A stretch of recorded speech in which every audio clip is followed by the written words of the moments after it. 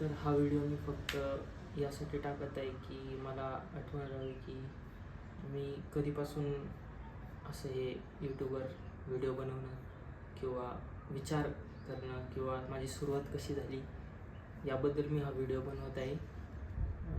तर माहीत नाही मला तो कसा होत आहे, कसा होईल, त्याचं काय इम्पॅक्ट पडेल पुढे, पण बघू.